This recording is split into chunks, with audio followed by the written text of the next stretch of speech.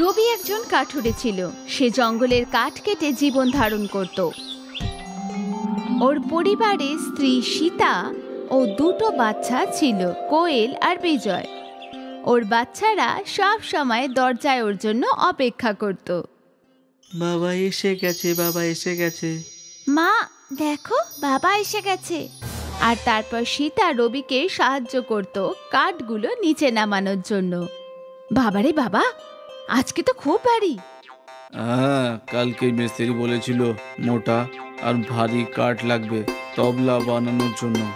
বলছিল যদি মোটা কাঠ এনে দিই তাহলে 1000 টাকা দেবে। 1000? হ্যাঁ, তাই জন্যই তো সকাল থেকে এই কাঠটাই কাটছিলাম। হ্যাঁ, তুমি আমার জন্য চায় বানিয়ে নিয়ে এসো, ওরা চলে আসবে। হ্যাঁ হ্যাঁ, ততক্ষণে তুমি হাত মুখ ধুয়ে নাও। সীতা উনুনে চা বসিয়ে দিল। তখনই দরজাতে খটখট শব্দ হলো। বাবা, মিস্ত্রি কাকা এসেছে। রবি তক্ষুনি সেখানে পৌঁছে গেল। আপনার জন্য অপেক্ষা করছিলাম, এই দেখুন। আরে বাহ, এটা তো একেবারে ঠিক দেখাচ্ছে, খুব মোটা কাঠ। মিস্ত্রি ওই কাঠগুলো তোলার চেষ্টা করতে লাগলো, কিন্তু ওইগুলো তুলতেই পারছিল না। আরে ভাই, তুমি এত ভারী একা কি করে নিয়ে এলে? এখন তো অভ্যেস হয়ে গেছে, আমি তো একা তুলতেই পারবো না, তোমাকে আমার সাথে যেতে হবে এগুলো দিতে। আচ্ছা। মিস্ত্রি রবিকে 1000 টাকা দিল। তখনই সীতা 2 কাপ চা নিয়ে এলো। মিস্ত্রি আর রবি একসাথে চা খেতে লাগলো। আমার কাছে শহর থেকে একটা খুব বড় কন্ট্রাক্ট এসেছে। ওরা শুদ্ধ কারিগরি করা ফার্নিচার চায়, পয়সাও ভালো দেবে, আর এই রকম মোটা কাঠ আরও লাগবে। ঠিক আছে দাদা, আমি এনে দেবো। খুব ভালো কথা, তাহলে সোজা আমার কারখানাতেই দিয়ে আসবে, এমনিতেই এগুলো খুব ভারী। হ্যাঁ দাদা, অবশ্যই। চা খাওয়ার পরে রবি ওই বড় কাঠ নিয়ে মিস্ত্রির সাথে রওনা দিল।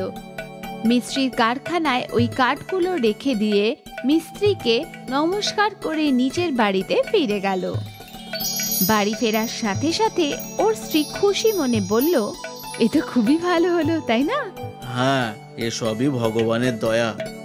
রবি ওই পয়সা সীতাকে দিয়ে দিল। এটা দিয়ে বাচ্চাদের স্কুলে ফিস দিয়ে দিও। ওদের দুজনের ফিস 800 টাকা, বাকি টাকা দিয়ে ঘরের জন্য জিনিস নিয়ে আসবো। ঠিক আছে। পরের দিনই সীতা স্কুলের ফিস দিয়ে দিল আর অল্প জিনিসপত্র কিনে নিল। হে ভগবান, এইভাবেই তুমি অনুগ্রহ করো। যদি এইভাবেই চলতে থাকে তাহলে সব কিছু ঠিক হয়ে যাবে, আমাদের টাকার কথা কখনো ভাবতে হবে না। মা, আমরা বড়লোক হয়ে যাব, তাই না? তোমরা নিজেদের পড়াশোনায় মনোযোগ দাও, টাকা পয়সার ব্যাপারে তোমাদের ভাবতে হবে না, ভগবান আছে, সেই দেখবে। এদিকে রবিও জঙ্গলে আনন্দে মোটা গাছ কাটছিল। এই বড় গাছটাকে 3টে বড় টুকরো কাটবে, কম করে 3000 টাকা তো পেয়েই যাব। টাকার কথা ভেবে রবি খুব খুশি হচ্ছিল। সে একটা বড় কাঠের টুকরো কেটে নিল, তারপর নিজের কাঁধে নিয়ে গ্রামের দিকে রওনা দিল। রবি ওই মিস্ত্রির কারখানাতে ওই বড় টুকরোটা রেখে দিল, আর মিস্ত্রি ওকে 1000 টাকা দিয়ে দিল। টাকা পেয়ে রবি খুব খুশি হলো। কিছুদিন ধরে এমনি চলতে থাকলো। রবি বড় বড় গাছ কেটে মিস্ত্রিকে বিক্রি করতে থাকলো। তারপর একদিন রবি একটা বিশাল বড় গাছ কাটতে লাগলো। গাছ কাটা হয়েই গেছিল, কিন্তু এইবারও একটা ভুলও করে ফেললো। ওই গাছটা সোজা ওর উপরেই এসে পড়লো। রবির চিৎকার শুনে অন্য কাঠুরেরাও ওর কাছে দৌড়ে এলো। ওরা তাড়াতাড়ি গাছটা সরিয়ে রবিকে হাসপাতালে নিয়ে গেল। এদিকে ডাক্তাররা রবির চিকিৎসা শুরু করলো। সীতা আর বাচ্চারাও হাসপাতালে চলে এলো। বাবা ভালো হয়ে যাবে তো মা? হ্যাঁ হ্যাঁ, ভগবান আছে তো, ভগবানের উপর বিশ্বাস রাখো। ডাক্তাররা অনেক সময় ধরে রবির চিকিৎসা করলো। তারপর সীতার কাছে এলো। গাছ পড়ে যাওয়ায় ওনার 2টো পা ভেঙে গেছে। হে ভগবান! ওনার অপারেশন করতে হবে, তাতে 20 লাখ টাকা লাগবে। এত টাকা আমি কোথা থেকে আনবো? আমার স্বামী ঘরের কর্তা ছিলেন। তাহলে ওকে কিছুদিন বাদে উনি বাড়ি নিয়ে যান, আর কোনো রাস্তা নেই। গোটা পরিবার চোখের জলে ডুবে গেল। রবি নিজের পায়ে কোনো দিনও আর দাঁড়াতে পারবে না। কিছুদিন পরে রবিকে বাড়িতে নিয়ে আসা হলো। এবার কি হবে, সংসার কিভাবে চলবে, বাচ্চাদের স্কুলের ফিস কোথা থেকে আসবে? তুমি চিন্তা করো না, কিছু একটা ব্যবস্থা হয়ে যাবে। যার কেউ থাকে না তার সাথে ভগবান থাকে। আপাতত আমার কাছে 5,000 টাকা বেঁচে আছে। এখন কম করে সস্তা জিনিসপত্র কিনতে হবে। কোয়েল আর বিজয়, তোমরা দুজন বাবার কাছে থাকো, আমি সবজি নিয়ে আসছি। ঠিক আছে মা। সীতা বাজারে চলে গেল। বাজারে সবজি দরদাম করতে লাগলো। আলু কত দাদা? 30 টাকা কিলো। বাবারে, এত দাম! সব জায়গাতে একই দাম, নিতে হলে নিয়ে যাও। সীতা সব সবজিওয়ালাকে দাম জিজ্ঞাসা করলো। তারপর হঠাৎ বাজারের কোনায় জাদু করে একটা বেগুনের দোকান প্রকট হলো। ও মেয়ে, বেগুন নিয়ে যাও, আমার নিজের ক্ষেত। কত দাম মা? 10 টাকা কিলো। সস্তার দাম শুনে সীতা তাড়াতাড়ি 1 কেজি বেগুন কিনে নিল। তারপর বাড়ি চলে গেল। আর জাদুর বেগুনের দোকান অদৃশ্য হয়ে গেল। যখন সীতা বাড়ি পৌঁছালো, মা তুমি কি এনেছো? বেগুন এনেছি, তোমাদের বেগুনের ভর্তা খাওয়াবো। বেগুন ভর্তার সাথে যদি পরোটাও হতো। যা আছে তাতেই। হে রাম! সীতা বিজয়কে বকতে যাচ্ছিল, কিন্তু তার আগেই ওদের সবার সামনে বেগুন ভর্তা আর পরোটা চলে এলো। এইগুলো কোথা থেকে এলো কি জানি মা, এতক্ষণ তো এটা এখানে ছিল না। কিন্তু কি করে? দাঁড়াও মা, যদি আমার কাছে অনেক খেলনা থাকতো। আর বলতে বলতে অনেক খেলনা চলে এলো। বাবারে, আমি তো তখনই বিশ্বাস করব যখন আমার স্বামী ঠিক হয়ে যাবে। সঙ্গে সঙ্গে রবিও ঠিক হয়ে গেল। ও উঠে দাঁড়িয়ে পড়ল। সীতার চোখে জল বাঁধ মানছিল না। ধন্যবাদ, ধন্যবাদ জাদুর বেগুন। সীতা আর বাচ্চারা রবিকে জড়িয়ে ধরল। আমার তো বিশ্বাসই হচ্ছে না যে আমি আমার পায়ে দাঁড়িয়ে আছি। হে ভগবান, তোমাকে অনেক ধন্যবাদ। রবি আর সীতা সব মুশকিল আসান হয়ে গেল। গোটা পরিবার খুশি। তারপর গোটা পরিবার নিজেদের ইচ্ছে মতন এক এক করে জিনিস চাইতে লাগলো। হে জাদুর বেগুন, আমাকে এত পয়সা দাও যাতে আমার নিজের সংসার চালিয়ে গরিবদেরও যেন আমি সাহায্য করতে পারি। রবির সামনে প্রচুর টাকা আর সোনার কয়েন চলে এলো।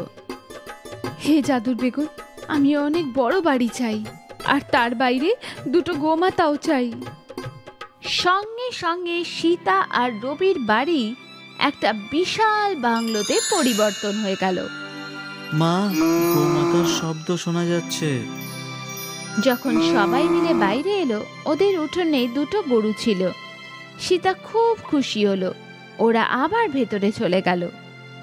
আর কি চাইতে পারি আমরা? আমাদের প্রয়োজনীয় সব জিনিসই পেয়ে গেছি বাচ্চারা। যদি আমরা আরো চাইতে থাকি তাহলে আমাদের লোভ বেড়েই চলবে।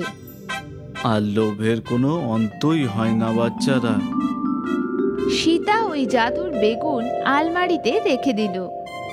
আর সেই দিন থেকে রবি আর ওর পরিবার গরিবদের সাহায্য করতে শুরু করে দিল। তারপর থেকে শুধু গরিবদের জন্যই ধন চাইতো ওরা। ওদের জাদুর বেগুন একটা মাধ্যম হয়ে গেল, যা দিয়ে ভগবান গরিব বাচ্চাদের সাহায্য করছিল। আর ওই জাদুর বেগুন রবি আর সীতাই পেয়েছিল, কারণ ওরা বিনা স্বার্থে অন্যের সাহায্যের কথা ভাবত। মানুষের 2টো ছেলে ছিল, চিন্টু আর পিন্টু। চিন্টু পড়াশোনায় ভালো ছিল আর যথেষ্ট বুদ্ধিমান ছিল, আর পিন্টু সারা দিন খেলাধুলো আর মজা করতে ভালোবাসত। একদিন পিন্টু স্কুল থেকে ফিরে ওর বাবাকে বলল, বাবা, একটা খুশির খবর আছে, আমি ফেল হয়ে গেছি। কি? তুমি ফেল করেছো? এটা কোনো খুশির খবর কি করে হলো? আমার নতুন বই কেনার জন্য তোমাকে আর টাকাও খরচ করতে হবে না। পুরনো ক্লাসে পুরনো বই দিয়েই পড়া হয়ে যাবে। হে ঈশ্বর, এই ছেলেটাকে একটু বুদ্ধি দাও। পুরনো ক্লাসের মাইনেও তো আবার আমাকে দিতে হবে। ক্ষমা করো বাবা, আমি তো এটা ভাবিনি। পিন্টু ক্লাসে ফার্স্ট হয়েছে, ও আমার মাথা উঁচু করে দিয়েছে। তুমি কি কখনো আমার মাথা উঁচু হওয়ার মতো কোনো কাজ করেছো? বাবা, কাল রাতেই আমি তোমার মাথার নিচে বালিশ রেখে দিয়েছিলাম, ভুলে গেছো নাকি? একদিন পিন্টু চিন্টুর মা ওদের বাবাকে বলল, প্রতিটা বাচ্চার স্বভাব আলাদা আলাদা হয়। চিন্টু মন দিয়ে পড়াশোনা করে, তাই ও এগিয়ে যেতে পারবে, কিন্তু পিন্টুর পড়াশোনার মনই নেই। যদি ব্যবহারিক জ্ঞান পায় তাহলেই ও জীবনে সফল হতে পারবে। ঠিকই বলেছো তুমি। মনোজ পিন্টুকে ডেকে বলল, পিন্টু, আমি তোমাকে 1000 টাকা দেব। এছাড়া সারা বছর আমি তোমাকে কোনো টাকা দেব না। এই বছর এই 1000 টাকা ইনভেস্ট করেই তুমি আরও টাকা ইনকাম করবে, আর সারা বছরের খরচ তুমি চালাবে। পিন্টু 1000 টাকা পেয়ে খুব খুশি হলো, কিন্তু ও বুঝতেই পারছিল না শুধু 1000 টাকা দিয়ে ওর সারা বছরের খরচ কি করে চলবে। পিন্টু গ্রামে ঘুরতে বেরিয়ে গেল। ও একজন চাষিকে জমি চাষ করতে দেখলো। আমাদেরও তো একটা জমি আছে, বাবা ওটা কোনো কাজেই লাগায় না। আমি যদি ওই জমিতে কিছু ফসল চাষ করি আর বাজারে নিয়ে গিয়ে বিক্রি করি। পিন্টু বীজ কিনতে বাজারে গেল, আর ও দুর্ভাগ্য করে একটা চালাক আর বেঈমান লোকের দোকানে গিয়ে পৌঁছলো। দোকানদার পিন্টুকে বোকা মনে করে ওকে বেগুনের খারাপ বীজ দিয়ে দিল। পিন্টু যখন বেগুনের ফসল ফলালো তখন সব বেগুনগুলো ভেতর থেকে পচা বেরোলো। মনে হয় আমার পুরো পরিশ্রম বেকার হয়ে গেল। এই পচা বেগুনগুলো তো কেউ কিনবে না। আর পিন্টু বেগুনগুলোকে এভাবেই ফেলে রাখলো, আর ও নিরাশ হয়ে নদীর পাশে গিয়ে বসলো। পিন্টু দেখলো গ্রামের কজন লোক নদী পার হয়ে অন্য গ্রামে যাচ্ছিল, আর ওদের নদী পার হওয়ার জন্য অনেকক্ষণ অপেক্ষা করতে হচ্ছিল, কারণ নদীতে একটাই নৌকো ছিল। পিন্টু বেঁচে যাওয়া টাকা দিয়ে একটা নৌকো কিনে নিল আর লোকেদের নদী পার করাতে লাগলো। নদী পার করানোর জন্য পিন্টুকে অনেক পরিশ্রম করতে হতো, কিন্তু ইনকাম অনেক কম ছিল। ও সারা দিন 100 টাকাই ইনকাম করতে পারত না।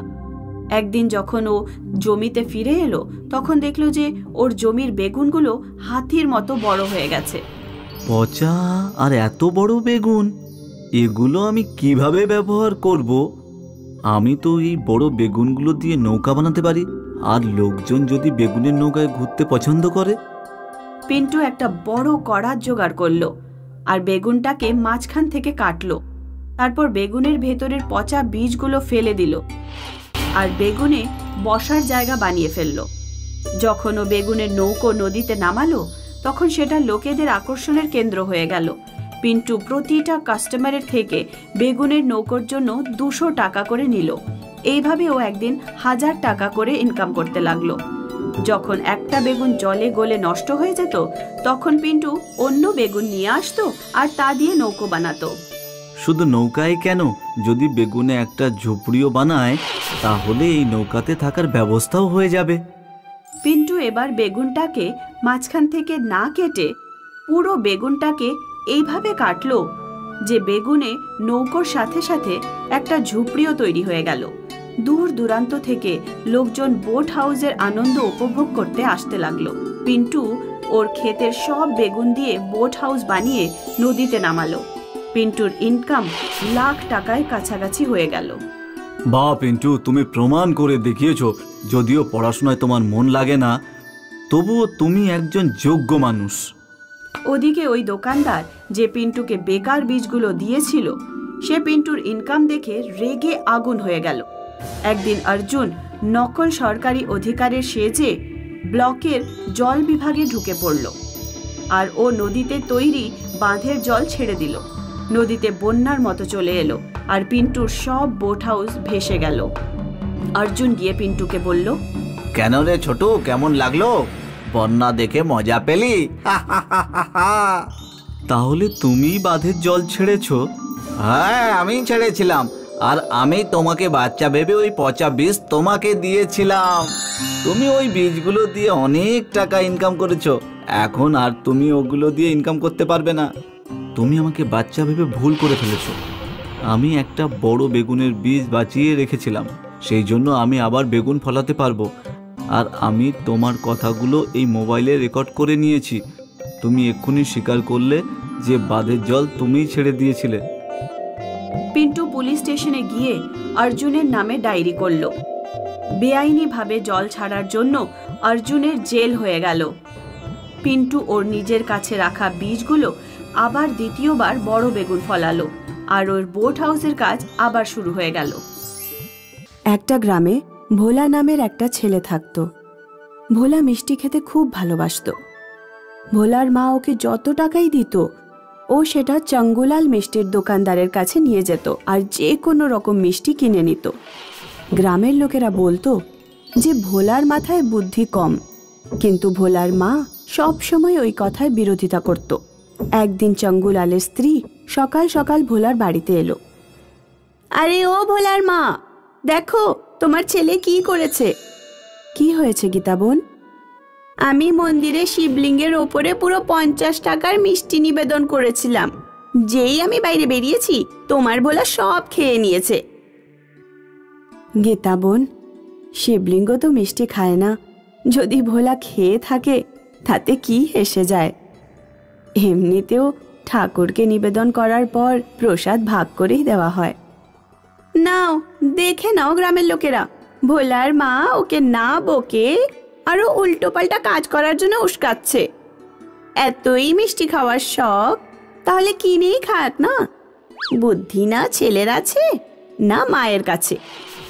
ভোলার জন্য ভোলার মাকে গ্রামের লোকেদের নানা রকম কথা শুনতে হতো। আমি জানি যে ভোলার মধ্যে বুদ্ধি কম আছে। হে ঈশ্বর, আমাকে গ্রামের লোকের কথা সহ্য করার শক্তি দাও।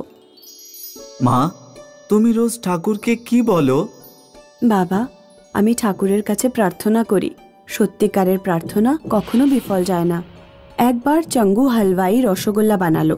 ভোলা যখন রসগোল্লা দেখলো তখন ওর মুখে জল চলে এলো। ও দোকানে গিয়ে বলল, কাকা, আমি আপনাকে 10-12টা রসগোল্লা দেবেন? হ্যাঁ নিশ্চয়ই দেব, কিন্তু আগে 300 টাকা নিয়ে এসো। রসগোল্লা এখন অনেক দামি। কাকা, আমি আগেও আপনাকে অনেক টাকা দিয়েছি।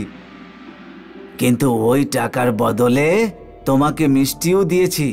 এখন নতুন মিষ্টি চাইলে নতুন টাকা নিয়ে এসো। ভোলা দৌড়ে দৌড়ে বাড়ি এলো। ওর মা বাজারে গেছিল। ভোলা ভাঁড় ভাঙলো, কিন্তু তাতে অল্প কটা পয়সা ছিল। ভোলা সব পয়সা নিয়ে মিষ্টির দোকানে এলো। এইগুলো দিয়ে কিচ্ছু হবে না, আরো বেশি টাকা নিয়ে এসো। কাকা, আমি কি একটা রসগোল্লা খেয়ে দেখতে পারি? একদম না, আর এমনিতেও শেঠজির ওখান থেকে 5 কেজি রসগোল্লার অর্ডারও এসেছে। এখন এই রসগোল্লা তুমি 300 টাকাতেও পাবে না।